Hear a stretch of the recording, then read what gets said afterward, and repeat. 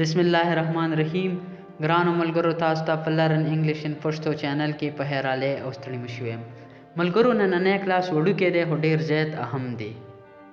کلاس تر هیره پورې وګورئ ان شاء الله به ټولو ټکو به تاسو په اسانه سره پوه شئ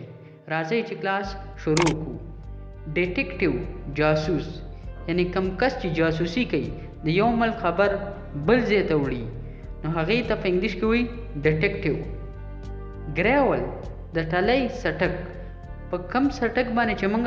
ټلۍ وهو هغې ته وایي ګریول اسالټ بدني حمله یو کس چې وهي هغې ته وایي اسالټ پریزنر قیدي یو کس چې په قید کې واچي هغې ته وایي پریزنر هینډ کف د لاسونو کړۍ یعنی موږ چې یو قیدي ته په لاسونو کې کمې کړۍ اچو هغې ته وایي هینډ کف پرایزن جیل جیل ته په انګلیش کې وایي پرایزن جیل ته وایي پرایزن او جیل دا دواړه جیل ته وایي ګیلټي مجرم یعنی چا چې کوم جرم کړی هغه ته په انګلیش کې وایي ګیلټ وټنس باکس ګواهانه وټنس باکس هغه ځای ته وایي په کوم ځای کې چې ګواهان ناست دي لایر وکیل